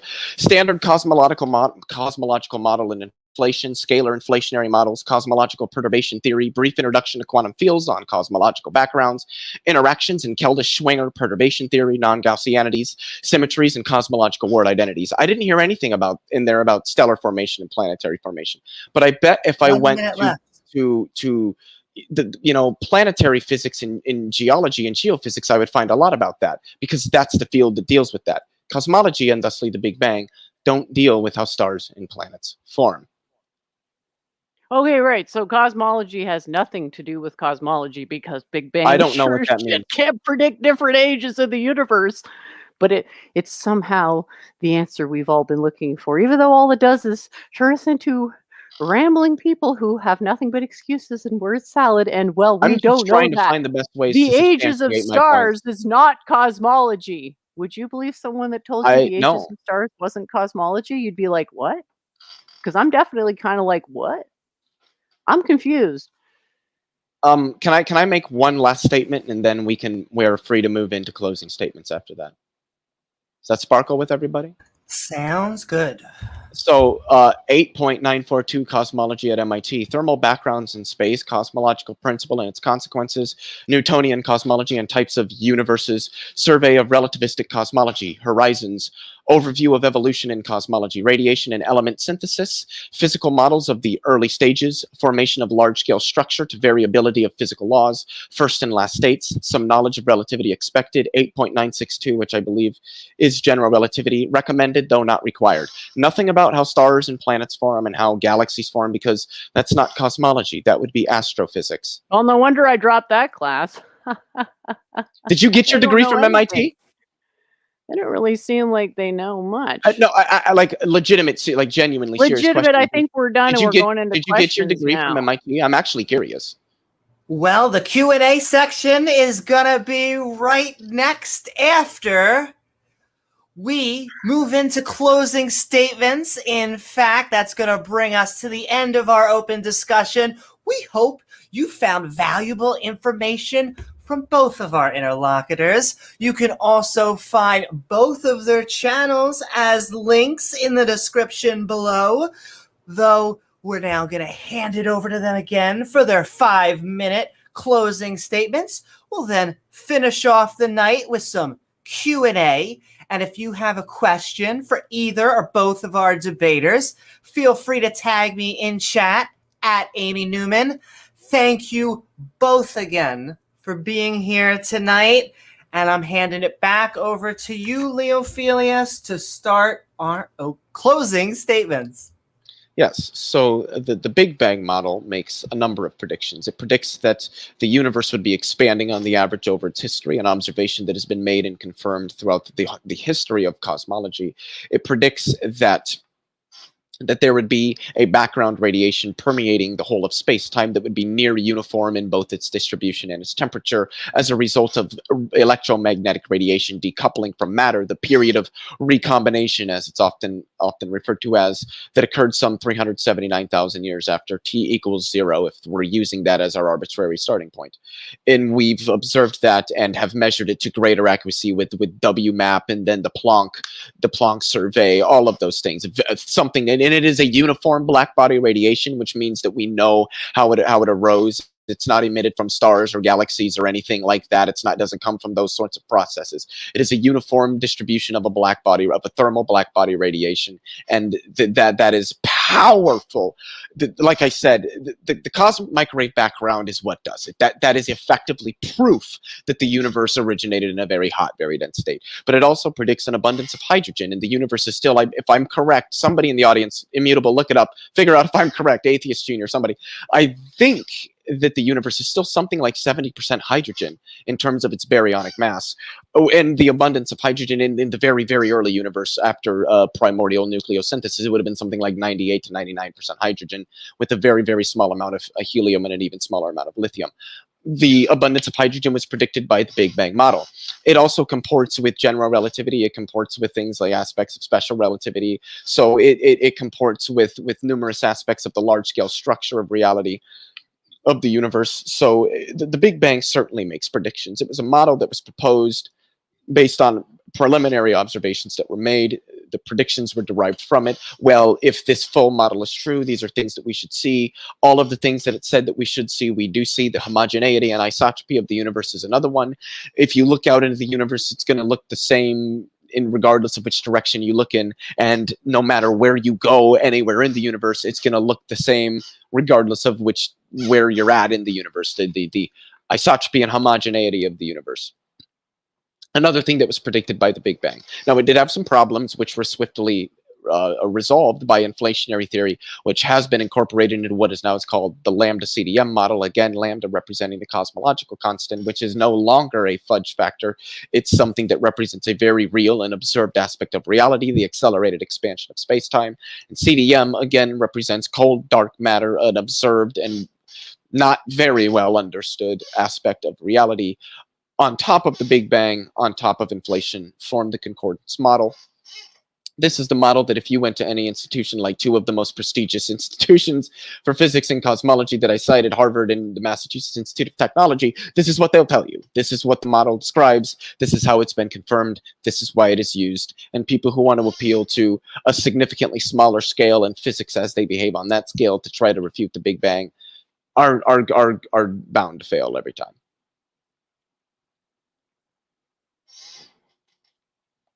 Woohoo! Thank you so very much, Leophelius, for your closing statement. And with that, we're going to hand it over to Church of Entropy for her closing statement. Great. So if you could just share my screen, Amy, that'd be awesome. I just want to put up my Sure. diagram there again. So we've heard a lot of excuses, rationalizations, justifications, very complicated stuff. Constant assertions that the Big Bang predicts these things, and you got to be clear what it means to when you say predict. You have to show a clear chain of causality from one to the other. But if your whole thing's hinging on causality breaking down, you're on really shaky ground. It's just not scientific by the very definition that science describes the causal undergoings of the universe. So just to address these points, I think that it's pretty clear that all this stuff is justified post hoc. At what point did anyone go back and consider that maybe the Big Bang never happened and it was an uncreated universe, and really give that a chance to predict what you observe and hopefully make novel predictions? That hasn't been done because there's a vested interest in the Big Bang being the accepted cosmology, possibly because it accords largely with the creationism present in religious texts, possibly other reasons due to the sunk cost fallacy. I'm not sure, but I feel strongly that it's not really giving people much insight into what's really going on. It's not intuitive. It's something you have to keep repeating because it's impossible to internalize or memorize the notion that everything that's out there, and not just what we can see, but what we can't see, was contained to one single soup way back in the day.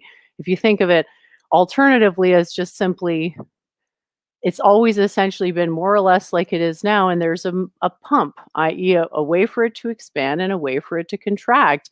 And space-time is instantiated in that pump. So an instance of space-time being instantiated would be like a star being excluded from a super dense region. So Leo wanted to deny that a maximum density exists when it seems to be a prediction of the Pauli exclusion principle, at least per state variables, as we would understand them in the familiar thermodynamics. Per set of state variables, you have a unique maximum density state above which additional matter entering that state would be excluded by the Pauli exclusion principle. So that's just what's happening in dark matter, which is the black parts of the universe, the high mass parts, the parts they allegedly can't understand what it is, and somehow it's exactly the same as the CMB. You don't need to invoke all that. Just understand that space-time is created when there are these exclusion events. It starts the clock. He can't answer why the clock gets started, why stars have different ages. He really fumbled that. I think he was unable to link it, and he had to launch into a filibuster about why actually cosmology doesn't deal with cosmology. So we look at this model, it's very simple. You have matter impending to the maximum density state. Why? Because of gravity, but there's a limit to how much gravity can compress, and we can see that evidence of that everywhere. The bigger the star, the more diffuse it is, right? Because in its center of mass, you can't manifest uncertainty effects without it starting to break apart. You can look at Hawking radiation. I'm not the only one to posit a model like this. It's very simple. You have this additive sequential exclusion in a dark mass region, in a high density region, i.e. the center of the galaxy, which I predicted would precipitate new stars and was indeed observed in 2017, unprecedentedly observed. So people who claim my model doesn't make predictions are simply confused or just lying to you. So it's very clear that newly created matter, that's where the clock starts. So the clock starts a bunch of times, every time there's an exclusion event, and each time there's velocity that's instantiated, and those velocities are added up over long distances. That's why we can have faster than light recession, because it's not accelerated. That's what the law is saying. You can't accelerate mass to the speed of light, but it wasn't accelerated in the first place. It was excluded. So we can have what I'm calling temporal lensing, whereas you're looking through all these bubbles of space-time that have been sequentially created and seeing the combined effects of all of their velocities adding up to a really big velocity. And that's how this model actually predicts that the farther away you go. You have to invoke this magical thinking about strings stretching and all this other counterintuitive stuff. Just understand that causality and temporality are different things. The quality of having time is not the same as causality, okay? Temporality arises from causality. Causality is more fundamental than temporality, because temporality doesn't exist in the dark matter. It only begins to exist when the matter's excluded, forms a star, and then it starts to age ever so slowly. And that's what we're inferring the age from by looking at the emitted distribution of elements to say, okay, well, there's been some decay in those elements corresponding to this amount of time based on previously known half-lives of the constituent elements. So hope you'll consider an uncreated universe, which is cyclic and more or less always the same, and the cosmic microwave background simply being an effect of mass interacting with itself. So it's not going to go all the way to the limit because it's not dense enough. The exclusion of stars is only in the very maximum density regions, but in the non-maximum density regions, they can still precipitate centers of mass because gravity assimilates, but it quickly dissolves, and that's where you're getting these escaping photons from uncertainty effects. Just have to remember what it is the uncertainty principle is really saying. If delta X is really small, i.e. the physical separation between two massive waveform energetic centers is sufficiently small, that just the universe just creates a massive difference in their momentum. So there'll be a separation of momentum, which means one will be relatively larger and can break apart at that point. So you have a mechanism for compression and expansion. Don't need to go further than that. Don't need to invoke magical thinking with the Big Bang. And I think this model will stand the test of time, unlike the extremely young Big Bang, which, as I've said, and hopefully convinced you here today, is not scientific. Thank you so much. And I hope that was 5 minutes. I feel like I've been blabbing for a while. Is it? Okay. Amy's nodding there. Okay, good. Thank you. And okay, with that, thank you both.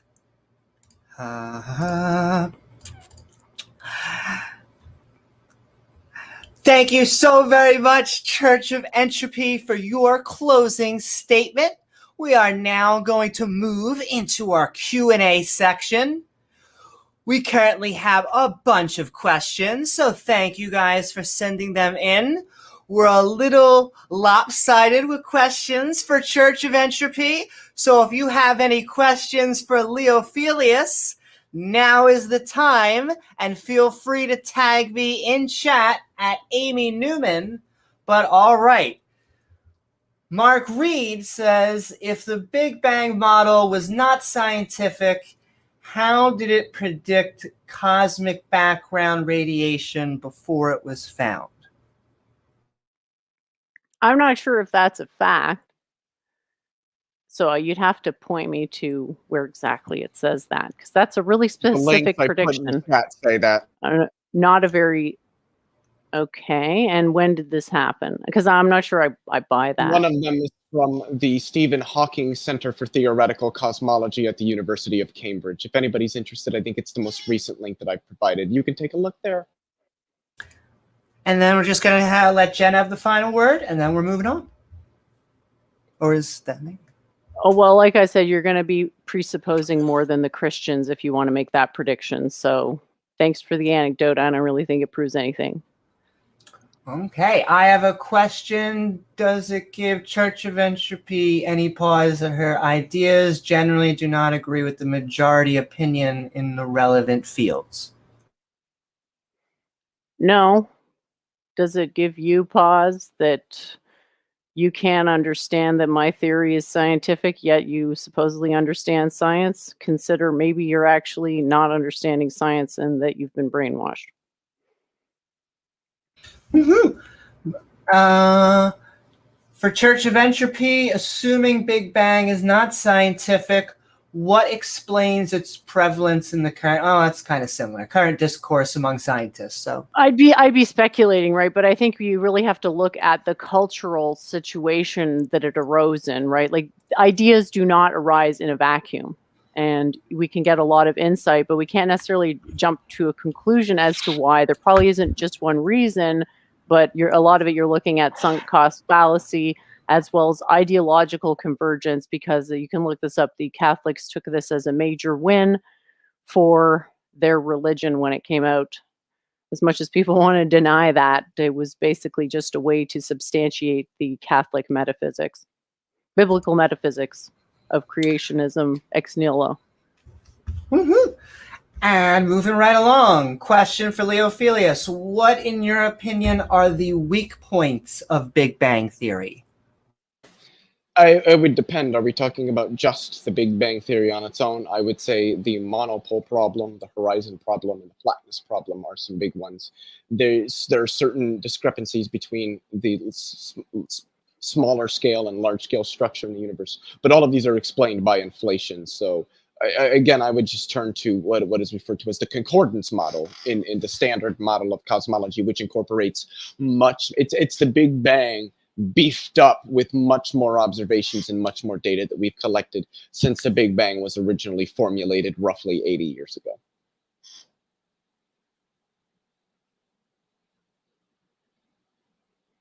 Woohoo! All right, moving right along.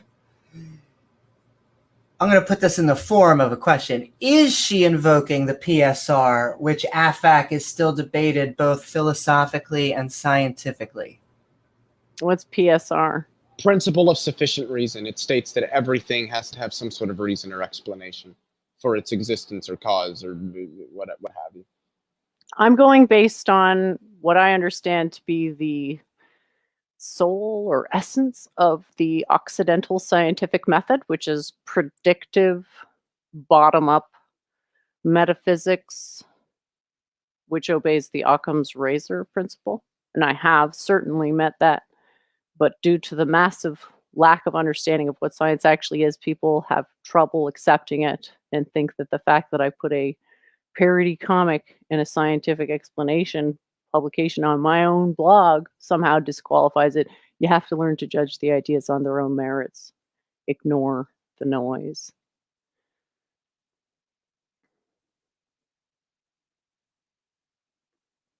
I think you're muted, Amy. You're muted. Oh, I do that sometimes.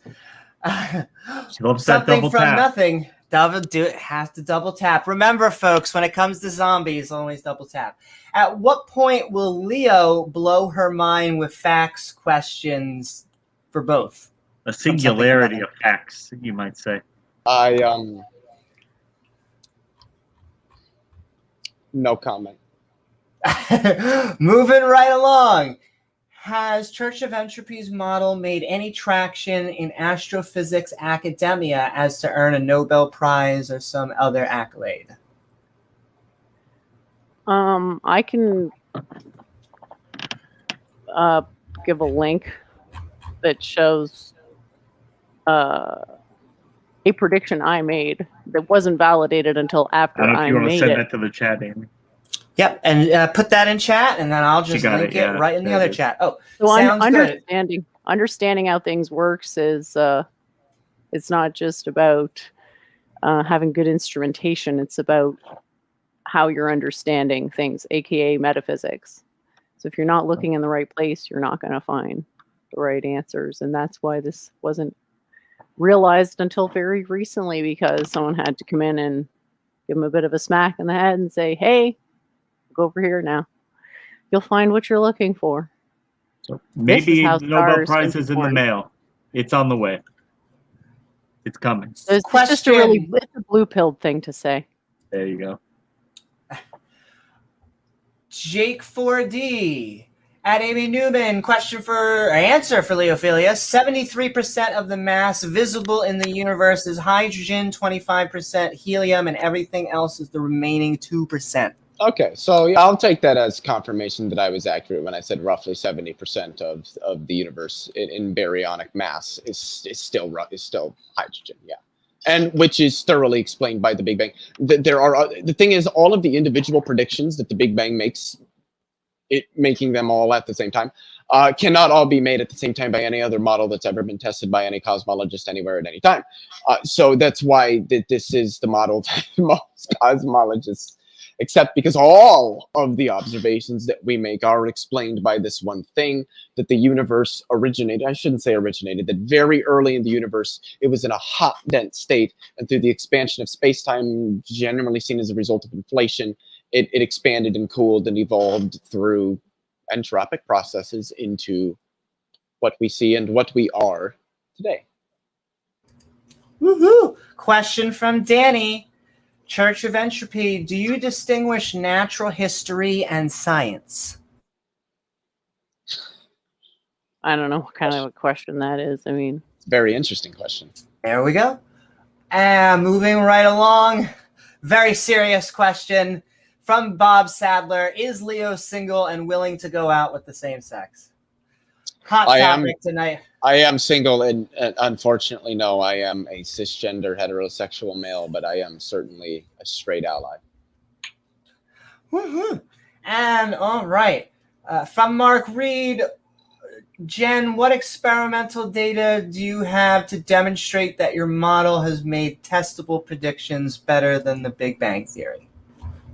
Like I said, I just put that link in the chat. I think the most important prediction is that my model, the mechanism of my model, predicts that the farther something is away, the faster its velocity will be observed to be, because each of these stars are created with their own individual velocities, which are added across distances. I think that's pretty good. An uncreated universe. I'm just going back to the standard, what everyone always believed for all time until the advent of Christianity, whereas Leophelius is defending essentially a biblical metaphysics. I'll just remind everyone of that again.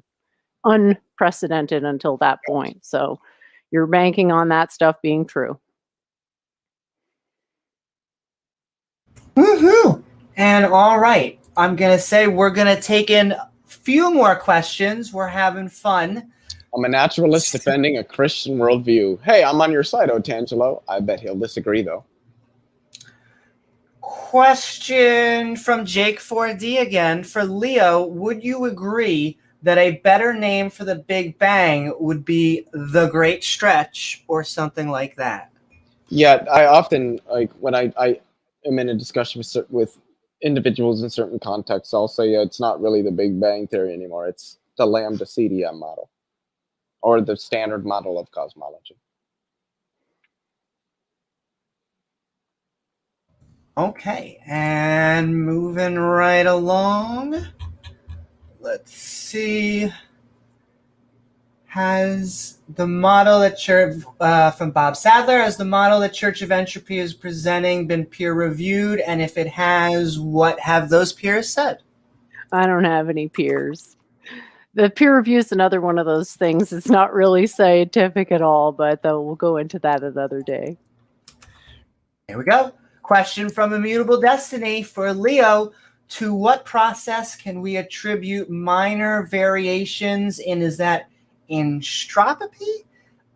I'm not sure if I'm spelling it wrong. He is in the CMB. How spell the word for me? ANISOTROPY. Oh, anisotropy. Or anisotropy, however you choose to pronounce it. Okay, so I'm sorry, read the question again. For Leo, to what process can we attribute minor variations, or that word, in CMB? So what accounts for why there are anisotropies in the CMB? Quantum fluctuations in the early universe. Essentially, quantum fluctuations in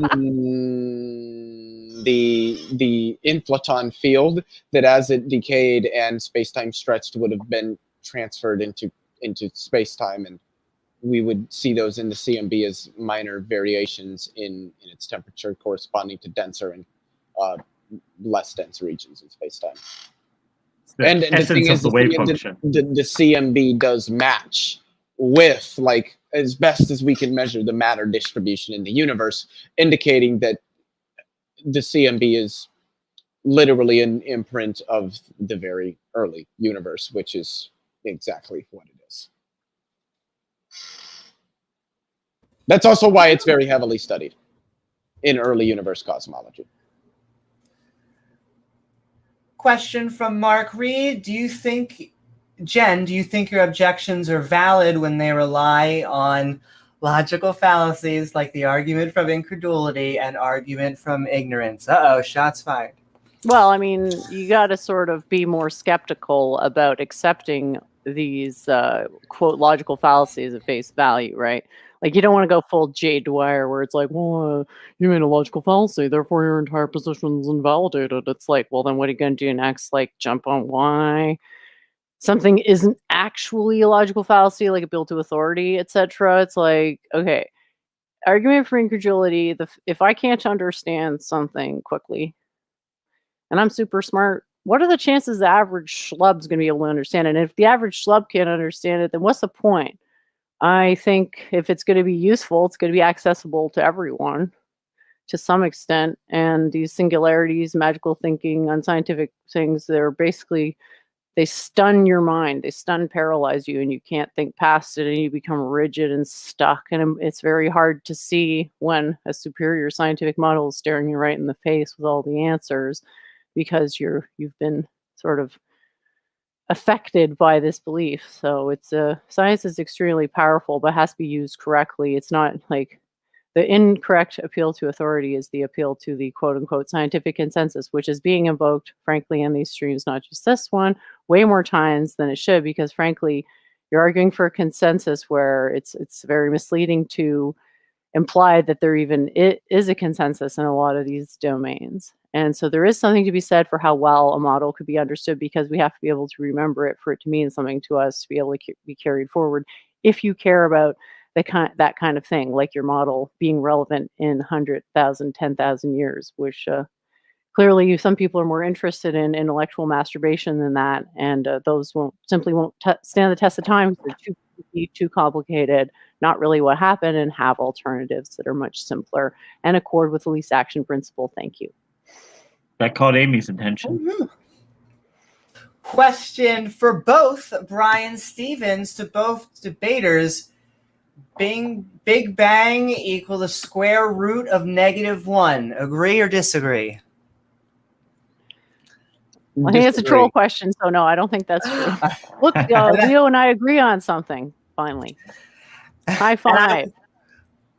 I think we also agree that the universe is an uncaused or uncreated thing. That's actually a few cool. points of agreement, yeah. But we love you, Brian Stevens. Send in love. In fact, to all our viewers and watchers and the people sending questions, we're going to do a few more, and then we are wrapping up tonight's episode of Debate Me Brah. Is the Big Bang scientific? Jason wants to know, what are your Jen, what are your credentials? What is your highest degree, major, Here we area, go. institution? You do not have to answer. I'm just Oh, gonna I don't mind. I don't mind at all. I got a honors degree in physics math from Auto U, cum laude. And then I worked for the audio video analysis unit doing applied science in signals processing, AI, automatic speaker recognition, image comparison, and I could go on for a while. That's so all based as fuck. I'm just gonna be honest. That is all based as fuck.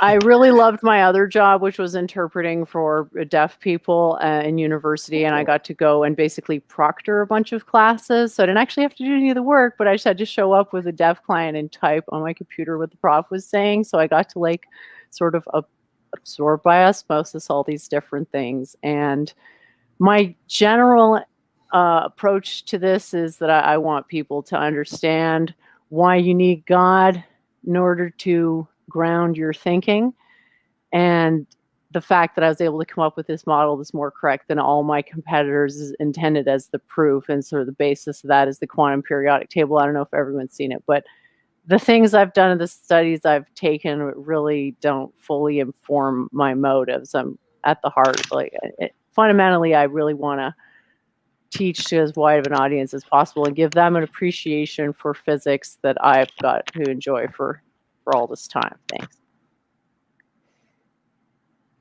Poggers. Mm-hmm. And all right, question for Leophelius from Apricot Sloth. Are there any alternative models to the Big Bang that you know of that are common in discourse among scientists? Models Is that that replace the Big Bang? No. Models that take the Big Bang beyond where it currently is? Absolutely. I mentioned ADS CFT correspondence, which is a correspondence between an anti-de Sitter space and a conformal field theory defined on that space. And it's what's called a gauge gravity duality, which is not something that's really important to understand what it is. This is a fancy title. It's a quantum theory of gravity.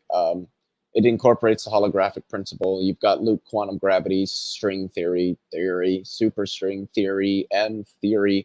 There's quite a few that take the Big Bang beyond right. I mean, you got the Aguirre-Groton model, the Carol Chen model. There's a lot of different chaotic eternal inflation by, I think, Alan Guth. There's the ekpyrotic models by Steinhardt, I think, conformal cyclic cosmology by Roger Penrose. I mean, there's a lot of models that take the Big Bang beyond where it's gone. But the idea that our universe, at least as we see it and understand it and observe it from where we're at, that it started, or earlier, from our perspective, earlier in its evolution, it was in a very hot, very dense state, is something that I don't think any respected professional cosmologist, or that anybody that really understands the field would be willing to deny. Mm-hmm. All right, moving along. I'm going to paraphrase this, but from Gonna Go For It, Oh boy. Peter wants to tell you, Leo, that he thought you did a fantastic job, so he's sending you love there. Thank you much, Peter. You know I love you, buddy. Question from Ogre, Church of Entropy. Could you detail why gravity cannot break PEP or PEP? Well, how do you prove any law? It can't be done. Science can only disprove things. And then you can talk about standards of proof when making subjective judgments. But my best evidence in support of the position that PUP can't be violated is the fact that it's instantiated in multiple domains. So you can frame what's happening in the slit experiment with the electron as this type of effect. You have chemistry operating on this principle, and you also have some people, aka Hawking radiation, operating on a similar principle. Like he's arguing that it is the uncertainty effect, but if you think about it, the fact of two things being brought into close proximity causing a delta in their momentum, and the fact that two massive waveforms can't occupy the same quantum state, maybe that's kind of the same fundamental thing happening, which is just what, like I said earlier, this idea of a maximum density, so that being something that is intrinsic to a particular phase space. So you can't prove these laws. You just have to go based on statistical analysis. Where do they instantiate a whole bunch of times to a point where it's like, okay, there's so much evidence in support of this. Can I find anything that suggests it can be violated? You look around, no, except for this Big Bang malarkey, and you conclude, yes, it's a law. Same with gravity. It's like, well, could there be an anti-gravity space? Well, theoretically, there's nothing precluding it from an absolutely naive first pass, but we have no reason to believe that because all the evidence accords with it. Same idea with Pauli exclusion principle. Thanks, that was a good question. Woohoo! All That was right, a good we're question, almost out of questions. We got a few more. Leo, I think this is more tongue-in-cheek. He says, "Are you an average lub?" This is from E343. I guess You got muted, Leo? Am I an average what? Lub. average lub. That tends Oh, to be L-U-B. the Yiddish that we use. Well, Jen said the average lub should be able to No, understand I said the theory. schlub. I said Schlub, okay. schlub like It's in a Yiddish. loving way, because I want it to be like schlub friendly science so that everyone can appreciate it, kind of like a big There you hug go. box. So, am I the average schlub? I would say no. No, you're There you very go. intelligent. Here It's first. clear. It's clear you have a good head on your shoulders. Well, I don't have the credentials that you do, so that's Well, Well, I'm sure one day you'll be a big star. oh hell, it would be nice. Well, Leo, we're gonna put that to Go the challenge. backstage The with question. Nickelback one day. Goals in life, Woo! Leo. Goals. No, Nickelback's going to be trying to get backstage with him. You got it all backwards. There you go. See? What observations would disprove the Big Bang? Space-time not expanding, either contracting on the average over its history or being static on the average over its history. Hydrogen not being an abundant element, and it's not that any one of these alone might, but some of them might alone. Some of them you might have to take with other things. There being no background radiation, the cosmic microwave background radiation wasn't a thing. That would also do it. The expansion of space-time. I think I might have already mentioned that. If space-time isn't expanding, obviously that wouldn't. So there are a lot of ways you could falsify the Big Bang. It's just that the Big Bang hasn't been falsified because it's passed every empirical test that it's been put to. Well, I should say the concordance model has passed, at least currently, almost nearly every test that it's been thrown at. There's a few where we're like, yeah, we don't have the full suite of data on this, but for the most part, yes. There's no reason to call it into question, I think, is what most professionals would say. All right. We got 4 questions left. I'm going to do the 2 palate cleansers, and then I'll give you Don Wills wants to go. I'm going to rephrase this. Pajamas or none. You don't have to answer. D. Willis, hard or soft taco? Soft taco, corn tortilla, homemade, with like tongue meat or cheek meat or something like that. And I'm talking like traditional Mexican taco, like that. That is a taco. That is what a taco is. That is what a taco should be. If you've never had one, find somebody who sells them and eat one. You will love it. So check out Leo at Taco Bell. What about you, Jen?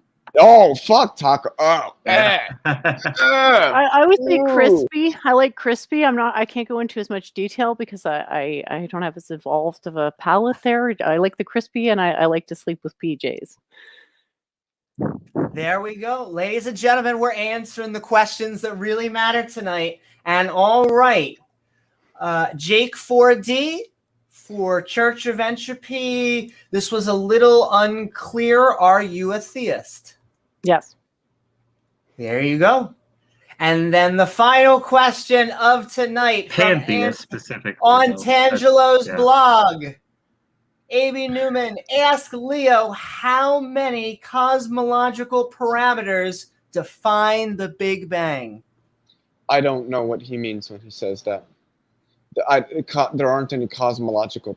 Well, yeah, I would need to know what he means when he says cosmological parameters that define the Big Bang. I don't know what to make of that. And there we go. That is the conclusion to this episode of Debate Me Brah. Woohoo! Is the Big Bang scientific? We hope you had a fantastic time with tonight's debate. I want to thank my co-host, Thank you, James W., along with our Thank you, debaters, Leophilius and you, Church Leo of and Jen. Entropy. Absolutely. You can find both of our interlocutors' channels in the description below. If you're feeling fancy, remember to like, follow, and subscribe. And if you'd like to support the show, feel free to check out our Patreon to this at channel. Patreon. See? There's going to be a post show on my channel, and I Did you don't bring have a your link for it maracas, ready Jen? yet. I've got them that's- Oh, there, permanently now. Okay. They're always within arm's reach now. So if anyone wants to check out the post show, Like I will have Amy's a link and you can join. So everyone's welcome to join on that, as long as you're not going to try to torpedo the stream.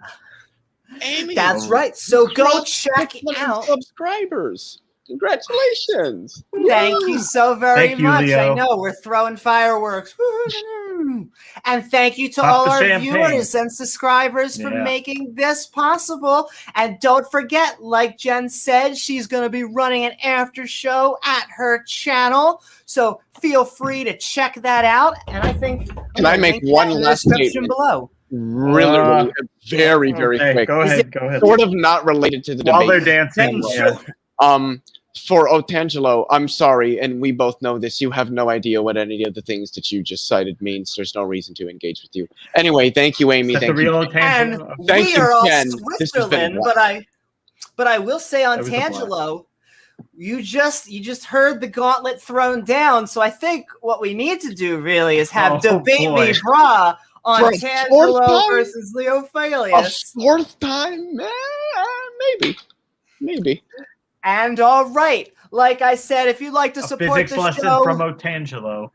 Always feel fun. free to check out our Patreon at patreon.com/Amy Newman. I'm Amy Newman, and we also hope you have a great time on the next adventure of Skeptic Ball Z. Good night, everyone. Good night. Bye. Bye.